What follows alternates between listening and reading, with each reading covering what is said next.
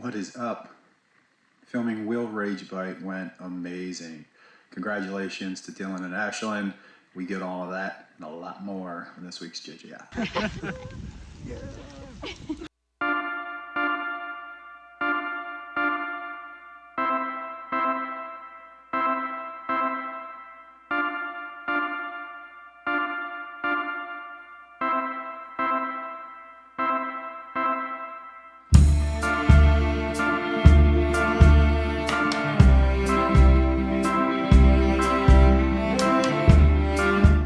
Before I get into Keep It Up, I do want to have a couple of quick thanks. Thanks to my mom for hosting her annual winter party, and it was also niece's Kaylee's 21st birthday on Sunday.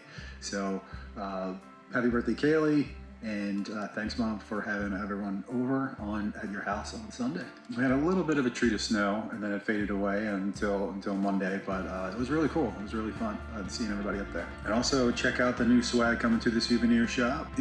The holographic lit sculptures for Jinx films and In Unison. I'll have a little separate things. So Sue's crafted these and surprised me with these not too long ago. Yeah, they fit perfectly. And then these are also just going to be really cool little ways to display price points on tables and things for my sub Blu-rays. So I have a little separate video to show off the colors and things separate for those. And then thanks to Dylan, we got a wrapped gift for Dylan's initial shoot as director, and I got this miniature elephant who I've named Paolo on my desk. So it's perfect. Paolo and the new JJF on acrylic. And now the formal official Keep It Up is going to go to 3 recipients this week: Dylan, Ashlyn, and Linny. Dylan for his directorial debut, Ashlyn for her lead debut, and then Linny, she did the surprise cameo as Katya, but she's making some serious waves out in her Studio 360. So if you are ever looking for a manicure, a makeover, nail art by Linny, definitely head up there. It's just a short drive up into the Hunt Valley area in Sparks, up that way. So it's just really amazing job, guys. I'll get more into it as we get into the new section with the Will Rage Bite recap. But keep it up, guys. It was you guys did fantastic on Friday. The viewer mailbag goes out to a new subscriber, Evil_LSX. Just looking at some of the videos that they have, I'm pretty sure Legends of Burkittsville was the reason. So thank you for subscribing, and stay tuned for more. Movie picks of the week was not a ton of quality stuff, but I did find some good things. I did finish the first season of Sandman, the Netflix series. I would say yes, recommend, but it still does not hold a candle to the comic or the audio drama, which are both 10s. If you ever had the chance to listen to the audio drama of Sandman Part 1, it's unbelievable. It's become a new fall tradition to listen to it every Halloween, just driving around. But the Sandman series was good. It was good, just not as lofty as the other mediums. And then Weird, the Al Yankovic story. You have to really know and kind of subscribe to Weird Al to really get the movie and how brilliant it is. But if you don't, if you don't know who Weird Al is, just watch the end credits and you'll probably get a good chuckle, and you will have a couple of real big laughs if you know Weird Al, and just the credits alone were awesome. But yeah, it was a great job there. And then there's a movie called Inhabited, and it is graduated to my wall of weird because it is textbook so bad it's good.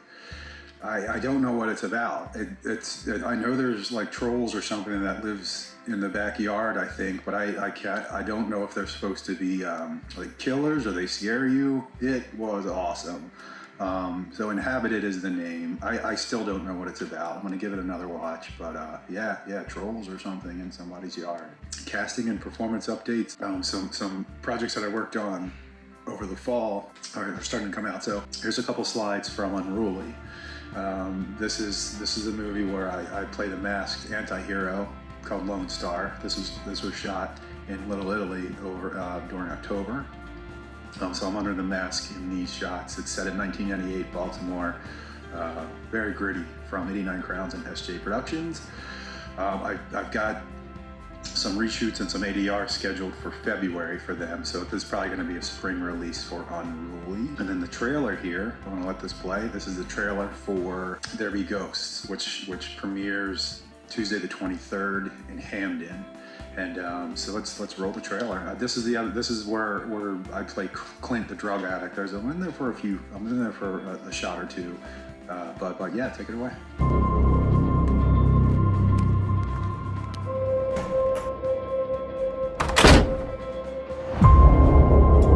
At what point do we start calling this what it is? What do you mean? I mean, it's homicide.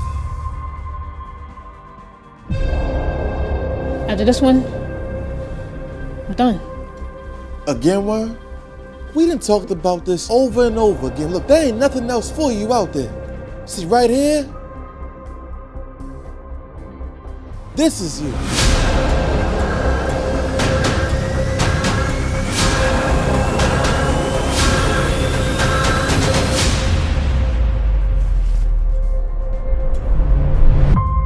Everything else is ready.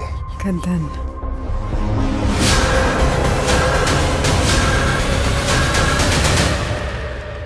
It's time to make more.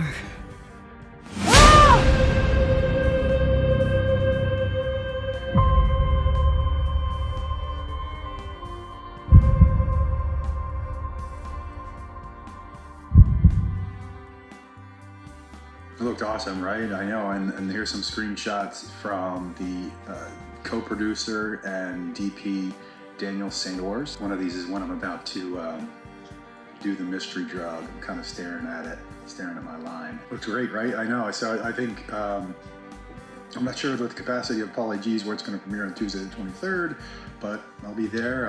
If you can't make it, I will be sure to recap it. And then Marcus wraps up a 4-performance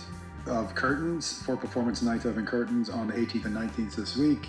And Margaret McKay Janicki also has a performance wrapping up on the 27th for Arsenic and Old Lace. She is playing out in Gaithersburg, and tickets are still available for a couple more weekends.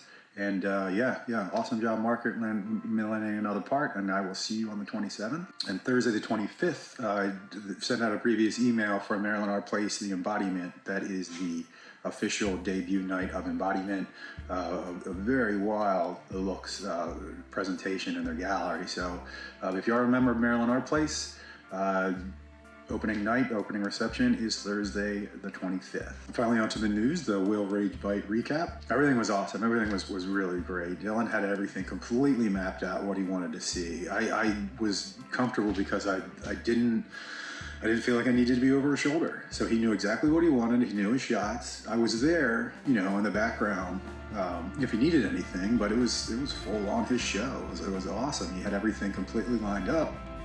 The locations where he wanted to go. Patapsco Valley State Park was the first, and that's where we got to see Linny again. It was nice and quiet. It was cold. It was nice and quiet. We had kind of a place to ourselves, some really experiment. We got a couple really slick shots out in the woods, and then we're off to the Baltimore Peninsula, where the character she met up with was JP at this location, and we got to visit the old underpass from the old trailers. We got to revisit the endless fence. It was just kind of really tied a bunch of it together. And then our last location was Ellicott City, where she kind of met up with Deal. That was the third round, so she got to see Katya, JP, and Deal. In her prelude. Ashlyn was just on point. So on her first ever leading role, she took it very much in stride. She had to deal with exteriors, she had to deal with the microphones, she had to deal with a bunch of different elements. So it was awesome to see her really put to the test and really have a movie based on her and put the weight on her shoulders. We're going to put the trailer out soon, so the trailer's going to come out soon, and then Dylan's he was saying he's almost done editing it already. So it's going to be a slick little tale, slick little story. I'm excited to see it because it's the first story of Unison I've never seen before. And Dylan had 100% creative control. There was not one element that I said, do this, do that, do that. The only thing I contributed to was the credits, basically, at the end. I'm just super excited to see this thing come together. Congratulations, Dylan, Ashlyn. You guys were fucking rock stars. I can't wait to see this thing. I know I'm going to say this a bunch, but I'm going to promote the shit out of it to make sure we get biggest audience as possible when this thing comes out. and then look for the trailer really, really soon. Thanks, guys. We'll see you next week.